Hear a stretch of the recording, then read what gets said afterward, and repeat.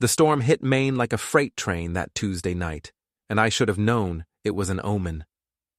Lightning split the sky as I pulled into our driveway 3 hours earlier than expected. My business trip to Portland cut short when half the hotel lost power. The house looked different in the dark, windows glowing yellow, but something felt wrong. Maybe it was the unfamiliar car parked across the street, or maybe it was the way the porch light flickered like a fading candle. I'm Mike Grayson, and I've lived in this town for 15 years. I know every creaking board in this house, every neighbor's routine, every secret whispered at Murphy's bar after the third round. What I didn't know was that my wife Evelyn had been rewriting our story while I was working 60-hour weeks at the industrial supply warehouse. The front door was unlocked, which wasn't unusual. What was unusual was the silence. No television, no music, no sound of Evie's voice on the phone with her friend Carla, planning their next shopping expedition or gossiping about whoever had fallen from grace that week. "Evie?" I called out, dropping my duffel bag by the stairs. "I'm home early." No answer. I checked the kitchen, dishes in the sink, coffee pot still warm. The living room showed signs of recent activity, couch cushions askew, an empty wine bottle on the coffee table, two glasses. I felt something cold settle in my stomach. That's when I heard it. A small whimper from the dining room. I found my 11-year-old son Luke huddled under the dining table, pressed against the far wall like a cornered animal. His school clothes were torn, and angry red welts covered his arms and legs. The sight hit me like a sledgehammer to the chest. "Luke?" I dropped to my knees, trying to keep my voice steady. "What happened, buddy?" His eyes were wide with fear, and when he spoke, his voice was barely a whisper. "Daddy? You're home early." "Yeah, kiddo. The storm knocked out power at the hotel." I crawled under the table with him, my heart hammering. "Who did this to you?" Luke's lower lip trembled. "Mommy's new friend, Trent. He said you're a coward, and that's why Mommy doesn't love you anymore. He said real men discipline kids properly." The words hit me like ice water. "Where's your mother?" Before we dive deeper into this story, I have one small request. Please subscribe, drop a like, comment, and hit that hype button to boost this channel so more people can discover these incredible Reddit stories. She went to get more wine. She laughed when Trent used his belt on me, said maybe now I'd learn some respect. Luke's voice broke. "Daddy, I didn't do anything wrong. I just asked if I could call you." I pulled my son close, feeling his small body shake against mine. In that moment, something fundamental shifted inside me. The Mike Grayson who believed in playing fair, who trusted his wife, who thought the best of people. That guy just packed his bags and left the building. "Listen to me, Luke. You did nothing wrong. Nothing. Do you understand me?" He nodded against my shoulder. "Good. Now I need you to go upstairs to your room and stay there until I come get you. Can you do that for me?" "Are you going to leave again?" The fear in his voice nearly broke me. "No, son. I'm not going anywhere. Not anymore." After Luke went upstairs, I sat alone in the dining room, staring at the belt lying on the floor. An expensive leather belt that definitely wasn't mine. My hands were shaking, not from fear, but from rage so pure it felt like electricity in my veins. I've always been good with my hands. 20 years as a union tradesman teaches you to be resourceful, to fix problems, to make things work. As I sat there in the dark, I realized I had a problem that needed fixing. The front door opened, and I heard Evie's laughter mixed with a man's deeper voice. They were talking in low, intimate tones, the kind of conversation that happens between people who've crossed lines together. "Should have seen the little brat's face," the man was saying. "Kids today have no respect. Back in my day—" "Trent, you're terrible," Evie giggled, "but effective. Maybe Mike will finally grow a spine when he sees his precious boy learned some manners." They appeared in the doorway, Evie carrying a wine bottle, followed by a tall man in an expensive suit. Trent Caldwell, I assumed. Regional sales manager type, all flash and swagger, the kind of guy who thinks a firm handshake and a winning smile can get him anything he wants. "Mike!" Evie's face went pale. "You're home early." "Storm," I said simply, standing up slowly. "Funny thing about storms, they have a way of clearing the air." Trent stepped forward, and I could smell his cologne mixed with wine. "You must be the husband, Trent Caldwell." He extended his hand like we were meeting at a business conference. I looked at his hand, then at the belt on the floor, then back at his face. "You hit my son." "Now hold on." Trent's voice took on that smooth, reasonable tone that guys like him perfect in sales meetings. The boy was disrespectful. Sometimes children need firm guidance. Firm guidance. I repeated the words slowly, tasting them. "Is that what we're calling it?" Evie stepped between us. "Mike, don't make this into something it's not. Luke needed discipline and you're never here to provide it. So you brought in a substitute." I kept my voice level, but inside I was calculating distances, angles, the best way to wipe that smug expression off Trent's face. "Look, friend," Trent said, and I could hear the condescension dripping from every word. "Evie and I are adults. We can handle this situation without drama." "Adults?" I nodded thoughtfully. "Adults who hurt children." I didn't hurt him. I corrected him. That's when I noticed the security camera in the corner, the one Evie had insisted we install last year for peace of mind. The little red light was blinking steadily, recording everything. "You know what, Trent? You're right. We are adults, which means we can settle this like adults." I smiled, and even I could hear the ice in it. "But first, I think you should leave my house." Trent laughed. "Actually, I think I'll stay. Evie and I have plans." "No," I said quietly. "You don't." Something in my tone must have registered because Trent's smile faltered. Good. He was finally starting to understand that this wasn't going to go the way he'd planned. "Mike," Evie warned, "don't do something stupid." I looked at my wife, really looked at her. When had her eyes become so cold? When had her smile turned calculating? How long had I been married to a stranger? "Stupid would be letting this slide," I said. "Stupid would be pretending I didn't see what I saw.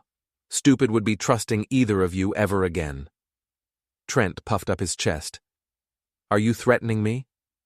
"No, Trent. I'm educating you. See, you made a mistake tonight. You hurt my son. You disrespected my home. And you did it thinking there wouldn't be consequences." I stepped closer, and he actually took a step back. "But here's the thing about consequences. They have a way of catching up with you when you least expect it." The lights flickered as thunder rolled overhead, and in that moment of darkness, I saw fear flash across both their faces. Good. They were finally beginning to understand what they'd unleashed. When the lights came back on, I was smiling. "Now get out of my house." They left, but not before Trent made sure to bump my shoulder on his way out. A little dominance display that told me everything I needed to know about his character. Evie followed him without a word, but the look she gave me promised this wasn't over. After they were gone, I went upstairs to check on Luke. He was sitting on his bed, still in his torn clothes, staring out the window at the storm. "They're gone," I said, sitting beside him. "For now."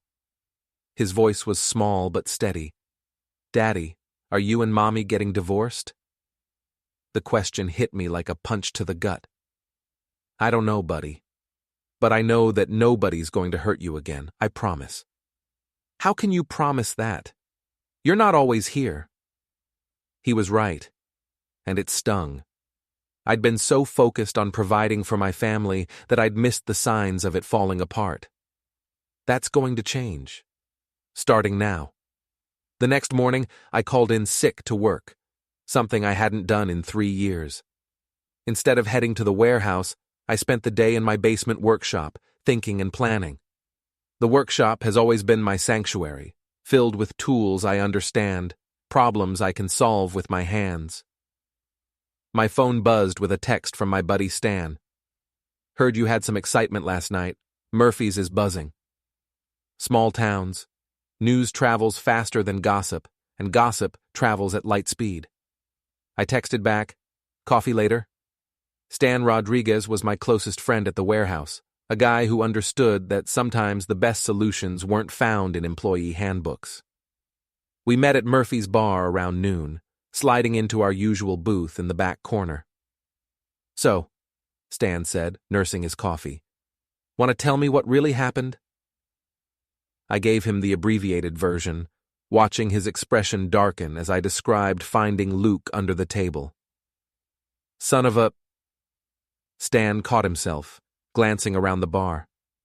What are you going to do? I'm going to fix the problem. Mike, be careful. Guys like this Trent character, they have lawyers and connections. They know how to make trouble for working guys like us. Let me worry about that. I leaned forward. Right now, I need information. You still talk to Carla Martinez, right? Stan's ex-girlfriend, Carla, worked with Evie at the real estate office and knew everyone's business. She was the town's unofficial information broker, trading secrets like baseball cards. Sometimes. Why? I need to know everything about Trent Caldwell, where he lives, where he works, what he drives, who he knows. Everything. Stan studied my face. This is about more than just protecting Luke, isn't it? Luke is everything. But you're right. This is about more than just one night. This is about the fact that my wife brought a stranger into my home and let him hurt my son. This is about the fact that she laughed about it. What do you need from me? Help. The kind of help that doesn't leave fingerprints. Stan grinned, and I remembered why we'd been friends for 15 years. Now you're talking my language. That afternoon, while Luke was at school, I reviewed the security footage from the night before. What I saw made my stomach turn and my hands clench into fists. Trent hadn't just disciplined Luke, he'd enjoyed it. And Evie had watched with the detached interest of someone watching a mildly entertaining television show. I made copies of the footage on 3 different drives, then hid them in various locations around the house and workshop. Evidence was going to be important in what came next. Around 4 o'clock, Stan called with the information I'd requested. Trent Caldwell, 38, regional sales manager for a medical supply company based in Portland. Divorced twice, no kids, lived in a rented house on Maple Street, the expensive side of town. Drove a red Corvette that he parked in the driveway like a trophy. Carla says he's got a reputation, Stan added. Smooth talker, big spender, but there are rumors about his temper. His last girlfriend in Portland filed a restraining order. Interesting. What else? He's got a buddy named Don Walsh who hangs around sometimes. Big guy, not too bright, the kind who does favors without asking questions. Good to know. Thanks, Stan. Mike, whatever you're planning, I'm not planning anything. I'm just a concerned father gathering information. That evening, Evie came home alone. She found me in the kitchen, making dinner for Luke and myself. We need to talk, she said. Do we? Don't play games, Mike. Last night was unfortunate, but you're blowing it out of proportion. I turned to face her, and she must have seen something in my expression because she took a step back. Unfortunate, I repeated. That's an interesting word choice. Trent was trying to help. Luke has been acting out lately, and you're never here to deal with it. So this is my fault. I didn't say that. You didn't have to. I set down the spatula and gave her my full attention. Let me make something clear, Evie. If Trent Caldwell comes near my son again, there will be consequences. Are you threatening him? I'm stating a fact. Luke is my son, and I will protect him. From anyone, including you, if necessary. Her face flushed red. How dare you? How dare I what? How dare I object to some stranger beating my child? How dare I expect my wife to protect our son instead of enabling his abuser? You're being ridiculous. Am I? Then explain to me why you laughed. Explain to me why you stood there and watched while he used a belt on an 11-year-old boy. You don't understand. You're right. I don't understand. I don't understand how the woman I married could become someone I don't recognize. I don't understand how you could choose a stranger over your own family. Evie's expression hardened. Maybe because the stranger actually pays attention to me. Maybe because he doesn't disappear for days at a time, leaving me to handle everything alone. So this is about attention. This is about respect, Mike. Something you wouldn't understand. I studied her face, looking for any trace of the woman I'd fallen in love with 16 years ago. She was still there, buried under layers of resentment and selfishness, but she was fading fast. Here's what's going to happen, I said quietly. You're going to choose Trent or your family. You can't have both. She laughed, actually laughed. You think you can give me ultimatums? You think you have that kind of power? I think I'm done pretending this marriage is something it's not. Fine. Then you should know that Trent has already talked to a lawyer. He thinks you might try to cause trouble, and he wants to be prepared. The threat was clear, but instead of intimidating me, it just confirmed what I already knew. This was war. Good for Trent, I said. Tell him I said he's going to need that lawyer.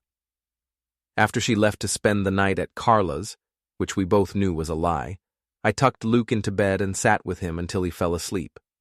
Then I went back to my workshop and started planning. By midnight, I had a strategy. By morning, I had a timeline. Trent Caldwell thought he was dealing with some small-town nobody who'd roll over at the first sign of trouble. He was about to learn how wrong he could be. The beauty of living in a small town is that everyone knows everyone else's business. The downside is that everyone knows everyone else's business. But if you're smart about it, you can turn that weakness into a weapon. I started my campaign the next morning at Murphy's bar, arriving early enough to catch the breakfast crowd, mostly warehouse guys, construction workers, and retirees who treated the place like their personal social club. These were my people, men who understood loyalty and had little patience for outsiders who caused trouble. "Morning, Mike," called out Jimmy Morrison, a crane operator who'd known me since I started at the warehouse. "Heard you had some excitement the other night." "Nothing I couldn't handle," I said, sliding onto a bar stool. Though I did meet Evie's new friend. Interesting character. "That sales guy with the fancy car?" This from Pete Sullivan, whose wife worked at the bank and knew everyone's financial business. Throws money around like he's trying to impress someone. "Compensation," suggested Dave Chen, the town's only Asian resident and our unofficial philosopher. "Men who need expensive toys usually lack substance elsewhere." I sipped my coffee and let the conversation flow around me, occasionally dropping small comments that painted Trent in an unflattering light. Nothing actionable, nothing that could be traced back to me, just the kind of casual observations that take root in small-town minds and grow into accepted truth. By the time I left Murphy's, half the town's morning shift knew that Trent Caldwell was the kind of man who thought his money made him better than everyone else. My next stop was the hardware store, where I picked up supplies for what Stan and I had started calling Project Corvette. Nothing illegal, nothing that would cause permanent damage, just a few items that would make Trent's life significantly more inconvenient. Stan met me at my house that afternoon while Luke was at school and Evie was presumably at work, though I had my doubts about that too. "You sure about this?" he asked, as we loaded my truck with our supplies. "Positive. The man hurt my son and threatened my family. Time he learned that actions have consequences." We drove to Maple Street and parked around the corner from Trent's rental house. The red Corvette sat in the driveway like a monument to his ego, polished and perfect under the afternoon sun. "Beautiful car," Stan observed. "Shame if something happened to it." We worked quickly and efficiently. Maple syrup in the gas tank, an old trick that would make the engine run rough without causing permanent damage. Fish oil in the air conditioning vents, timed to activate when he turned on the heat. And my personal favorite, a small Bluetooth speaker hidden in the trunk, programmed to play children's lullabies at random intervals. The whole operation took less than 10 minutes. We were back in my truck and driving away before any of the neighbors noticed anything unusual. Phase 1 complete, Stan said as we headed back toward town. Phase 1, I agreed. Now we wait. I didn't have to wait long. Around 8 that evening, my phone buzzed with a text from an unknown number. I know what you did. This isn't over. I showed the message to Luke, who was doing homework at the kitchen table. What do you think, buddy? Should I be scared? Luke studied the text with the seriousness of a Supreme Court justice reviewing a case. He can't spell your correctly, he finally said. I don't think you need to worry about someone who failed third-grade grammar.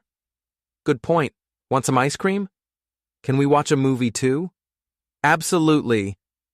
We spent the evening on the couch, sharing a bowl of chocolate ice cream and watching an old action movie where the good guys always won and justice was served with explosions. It was the most relaxed I'd felt in weeks. The next morning brought news of Trent's automotive troubles, courtesy of Carla, who called Stan with updates from the gossip network. His car broke down on the way to work, Stan reported when he called me. Had to get it towed to the shop. Mechanic says it's going to take days to figure out what's wrong. Tragic, I said. I hope he has good insurance. Gets better. Apparently, he's been complaining about strange noises in his house at night. Keeps calling the landlord about mice or something. The lullaby speaker was working perfectly. That afternoon, I decided to take a more direct approach. I drove to Trent's office, a glass and steel building that screamed corporate success, and waited in the parking lot until he emerged for lunch.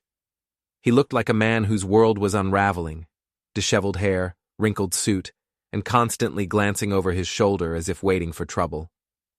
I rolled down my window as he walked past my truck. Trent! He spun around, and his face shifted through several colors. Having car trouble? I asked casually. You son of a...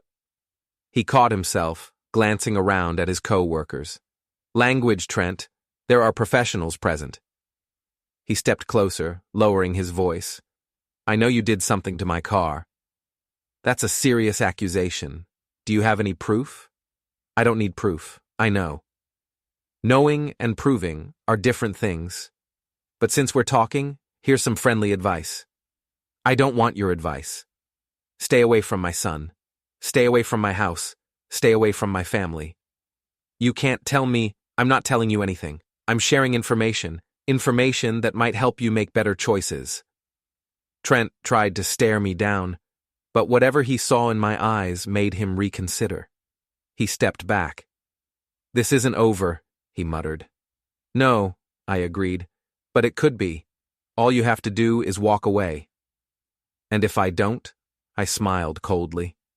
Then you'll discover just how creative a tradesman can be when someone threatens his family. I drove away, watching him pull out his phone, likely calling Evie or his lawyer, someone who would give him bad advice. That evening, Evie came home furious. What did you do to Trent's car? Hello to you too, dear. Had a good day. Thanks for asking. Don't play games with me, Mike. He says you vandalized his car. Does he have any proof? She studied my face, looking for something to use against me. He's talking about filing a police report. He should do whatever he thinks is best. But what's he going to tell them? That his car broke down and he thinks his girlfriend's husband is responsible? He has a lawyer, Mike. A good one. I'm sure he does. Guys like Trent always do. It's a security blanket for people who can't handle their own problems. You think this is funny? I think it's educational, for both of us. She slammed her purse on the counter. What's that supposed to mean? It means I'm learning things about you I wish I didn't know, and you're learning that I'm not the passive man you thought I was. You're making a mistake, Mike. Trent isn't someone you want as an enemy. I looked at her, realizing she was right. This wasn't funny.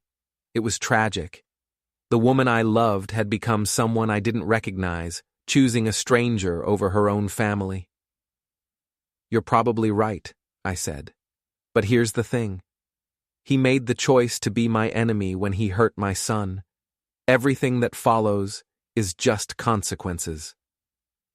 She stared at me, trying to reconcile the man in front of her with the husband she thought she could control.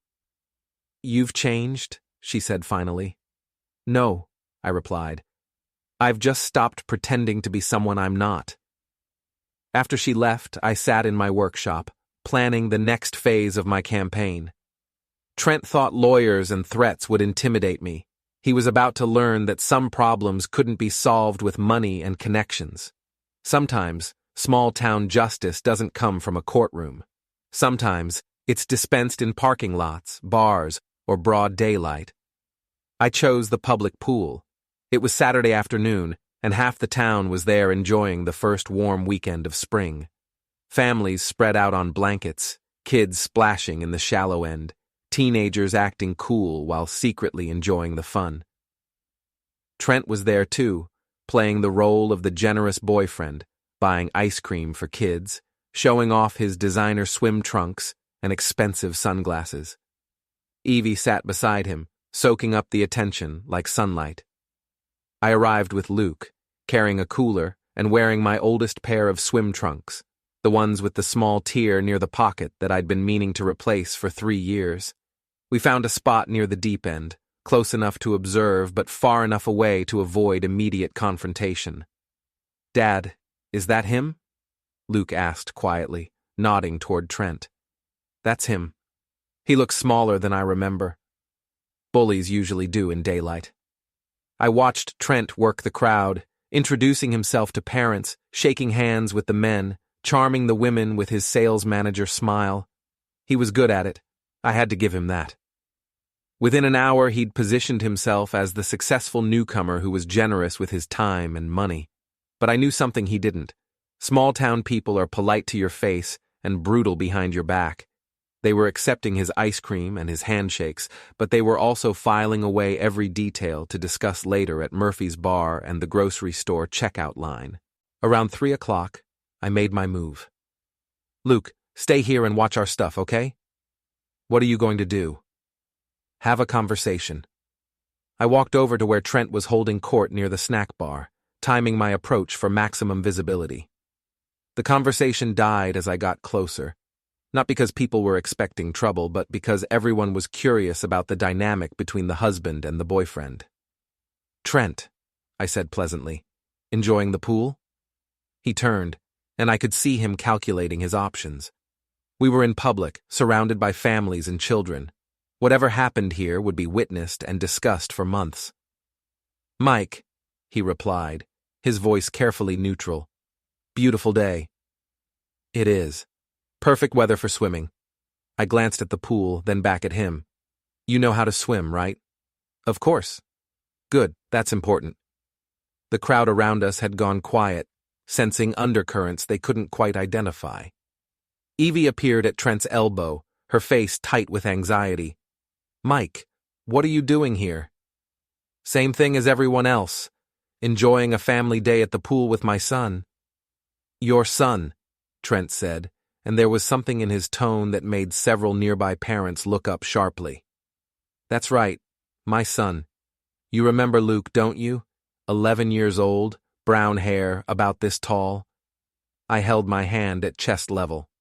"Likes to read, good at math, doesn't deserve to be hit by strangers." The words hung in the air like smoke. I hadn't raised my voice, hadn't made any threats, but everyone within earshot suddenly understood that this wasn't a casual conversation. "I think there's been a misunderstanding," Trent said, glancing around at the growing audience. "Has there? Because I'm pretty clear on what I saw. Maybe you could help me understand your perspective." "This isn't the place." "No, I think this is exactly the place. Public pool, public conversation. Nothing to hide, right?" Trent's face was starting to flush red, and I could see his hands clenching into fists. Good. He was losing control, and everyone could see it. "You want to do this here?" he asked, his voice dropping to a whisper. I want to make sure we understand each other. Fine. He stepped closer, close enough that I could smell his expensive cologne mixed with sweat. Your wife came to me, Mike.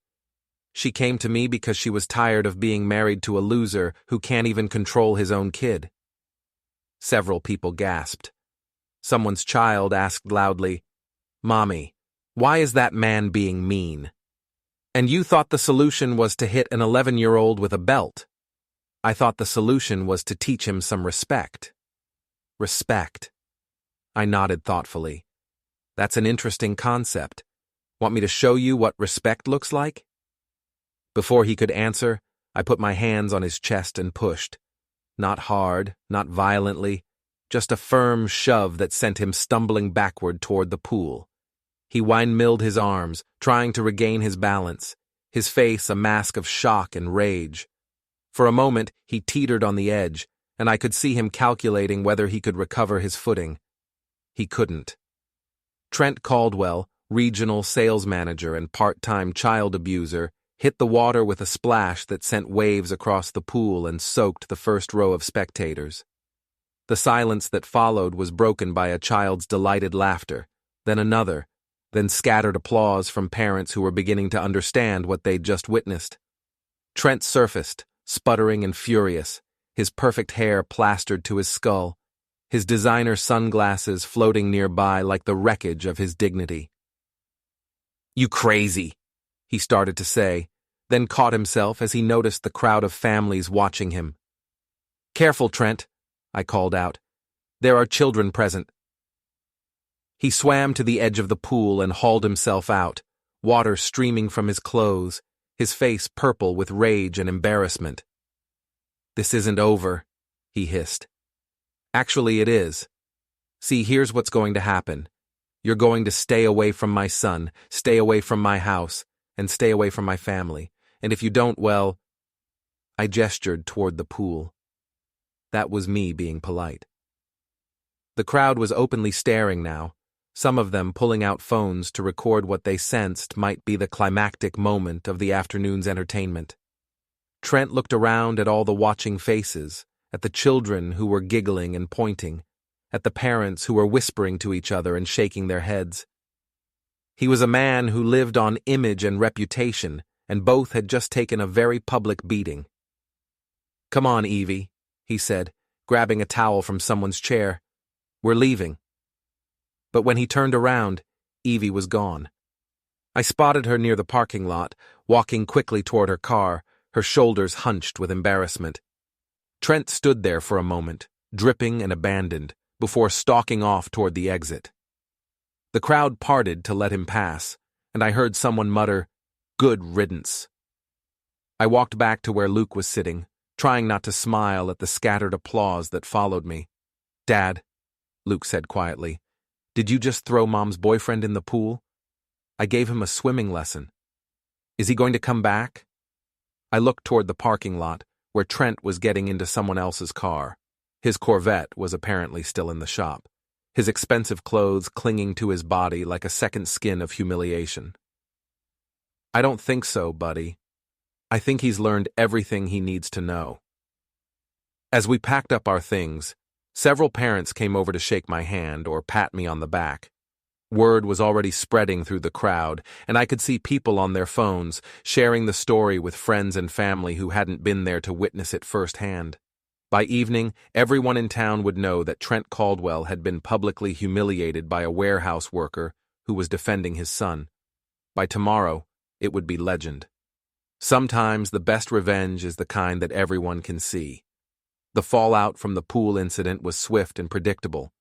By Sunday morning, my phone was buzzing with calls and texts from friends, co-workers, and people I barely knew, all wanting to hear my version of the story.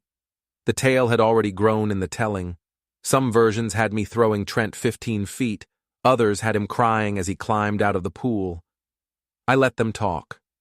In a small town, reputation is currency, and mine had just gotten a significant boost, while Trent's had crashed harder than his car. Evie came home Sunday afternoon while Luke and I were working on a model airplane in the garage. She looked like she hadn't slept, her makeup smeared, her hair uncombed, her clothes wrinkled.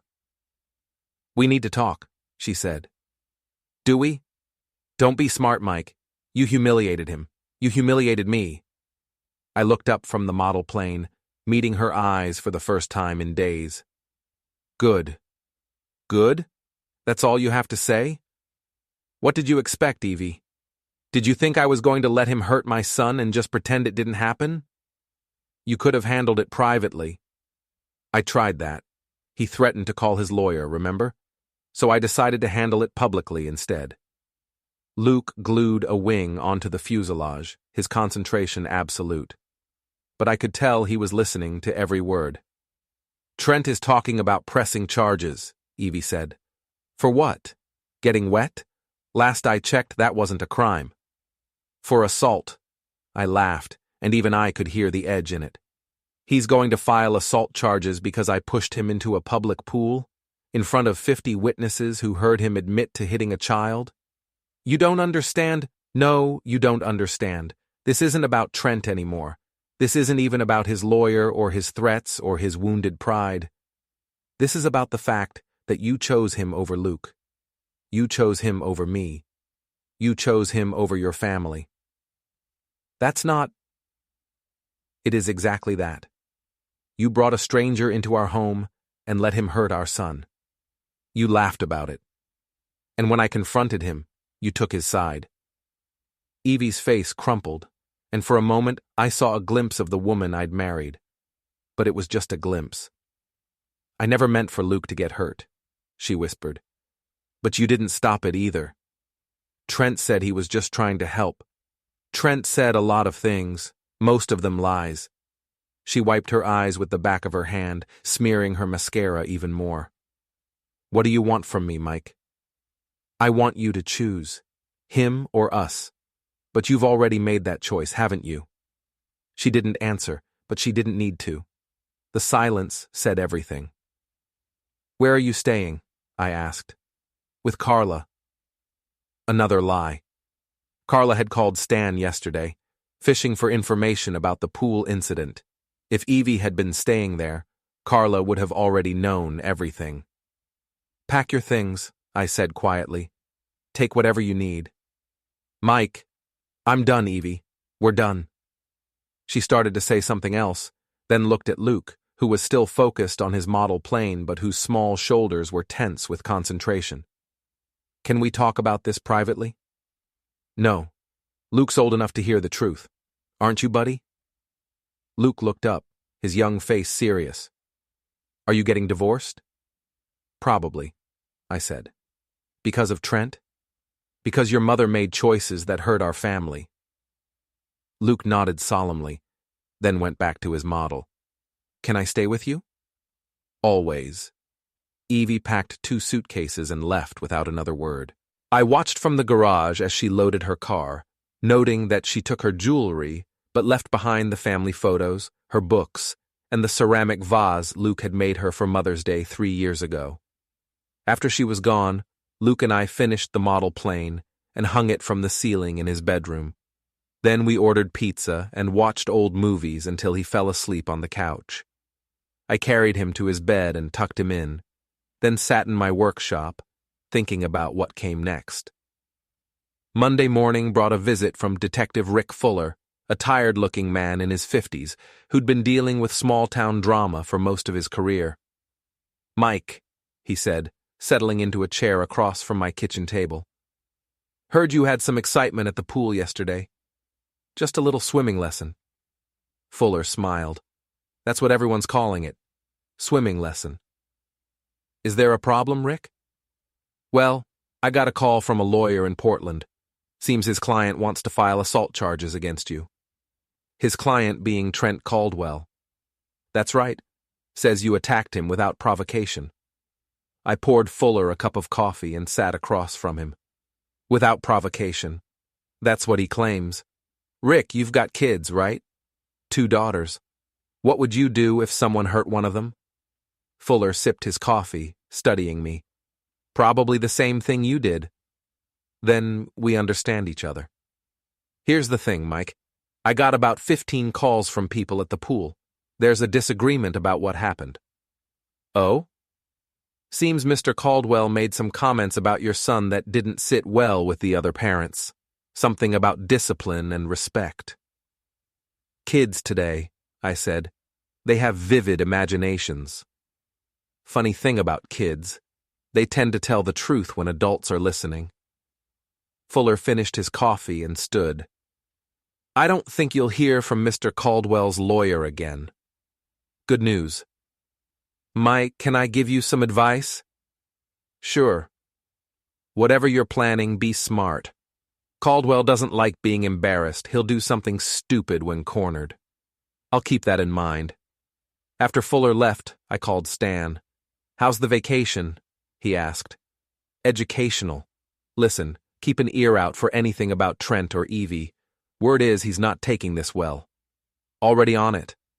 Carla says Trent's making threats, and Evie's been staying at a motel on Route 9. Not with Carla? Definitely not. Carla's been telling everyone she warned Evie about married men. Anything else? Yeah. Trent's been asking around about you. Your schedule, habits. Sounds like he's planning something. Let him plan. I'll be ready. That afternoon, I picked up Luke from school, and we stopped at the hardware store for supplies. Not for revenge, for defense. Motion sensors, security cameras, floodlights. If Trent wanted to escalate, he'd learn some people fight back. As we loaded the supplies, Luke asked, Dad, are we in danger? No, buddy. We're just being careful. Because of Trent? Because it's smart to be prepared. Luke considered this. Are you scared? I looked at him. Smart. Too old for his age. No, are you? A little, but not as much as before. Why not? Because now I know you'll protect me. As we drove home, I realized Luke was right. The Mike Grayson who left last week, the one who avoided confrontation, was gone. In his place was someone harder, more dangerous. Trent was about to learn the lesson. The attack came Tuesday night, just after midnight. I was ready. The motion sensors picked up movement at 11:45. By the time Trent and his friend Don reached the back door, I was waiting with a baseball bat and a recording phone. They'd come prepared for a quick break-in. Crowbar, flashlights, ski masks. What they didn't expect was me awake and expecting them. The back door squeaked open, and Don's voice whispered, Told you this was a bad idea. Shut up, Trent hissed. We're just going to scare him. I almost laughed. They were about to get a master class in consequences. I let them get halfway to the living room before flipping every light on. Evening, gentlemen, I said. Little late for a social call. They spun around, their shock evident even through their masks. Don dropped his flashlight, which clattered to the floor. Mike, Trent stammered, we were just breaking into my house. I know, I've been watching for 10 minutes. I held up my phone, showing them the recording uploading to the cloud. Smile for the camera, boys. Don ripped off his mask. This was your idea, Caldwell. I'm out of here. Don, wait. But Don was already gone. Trent was left standing in my kitchen. Looks like it's just you and me, I said. Trent pulled off his mask. He looked worse. Gaunt, red-rimmed eyes, greasy hair. You ruined my life, he said. No, Trent. You did that all by yourself. I just helped people see who you really are. I lost my job. My car's still in the shop. The landlord kicked me out of the house. Consequences, I said. Funny how they work. He raised the crowbar, and for a moment I thought he might actually try to use it.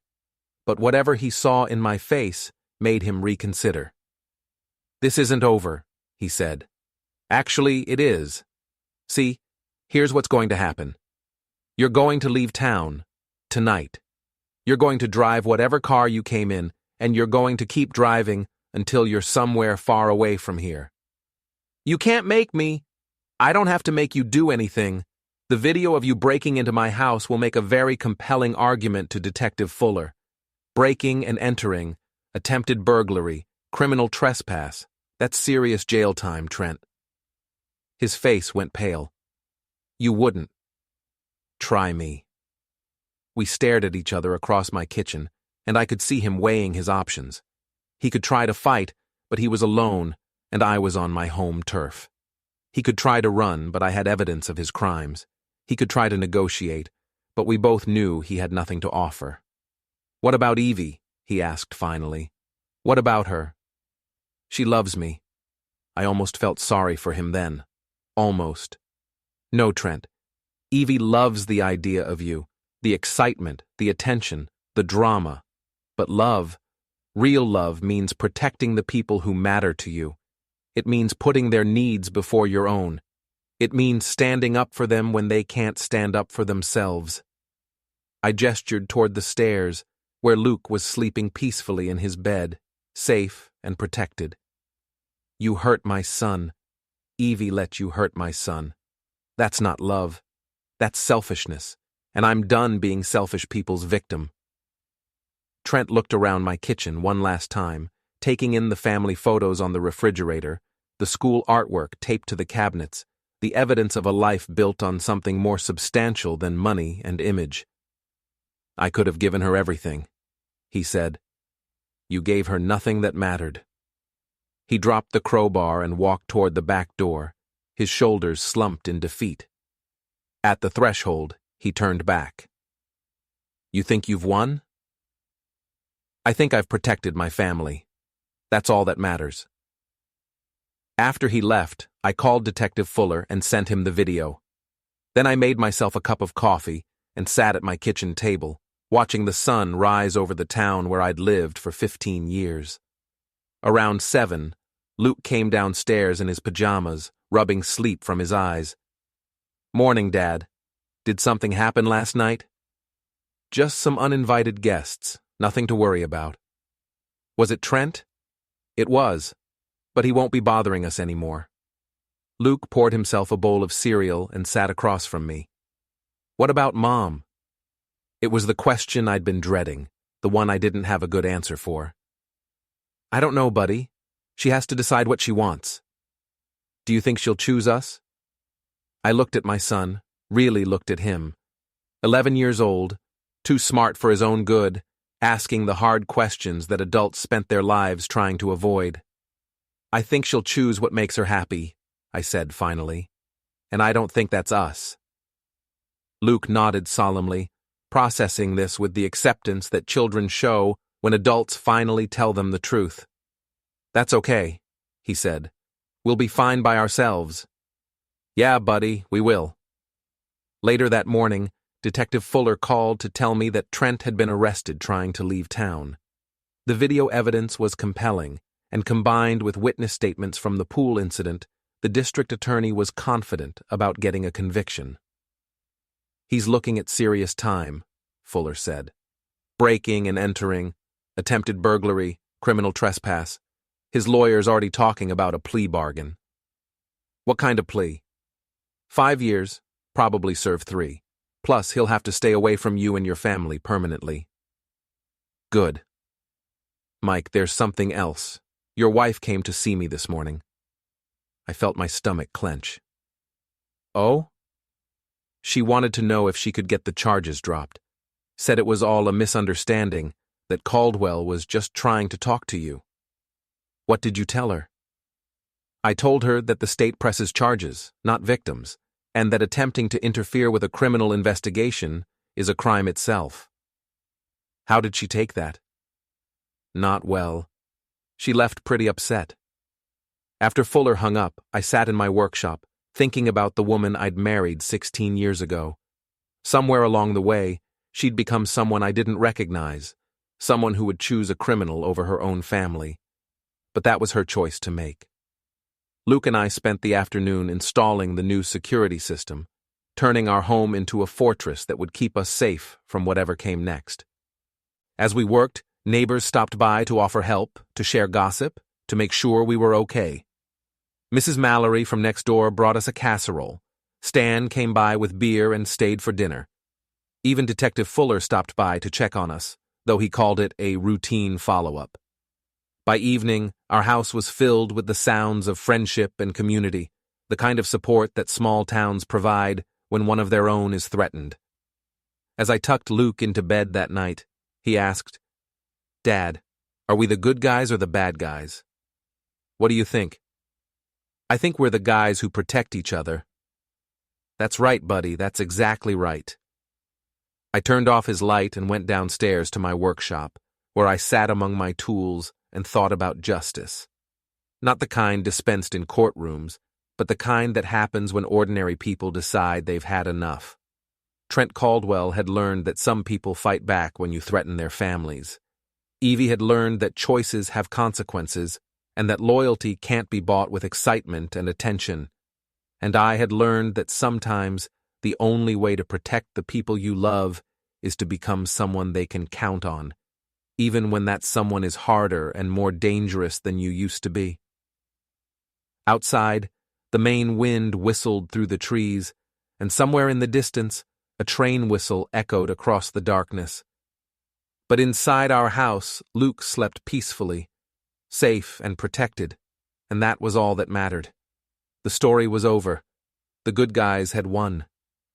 And tomorrow, we would start building something better from what was left.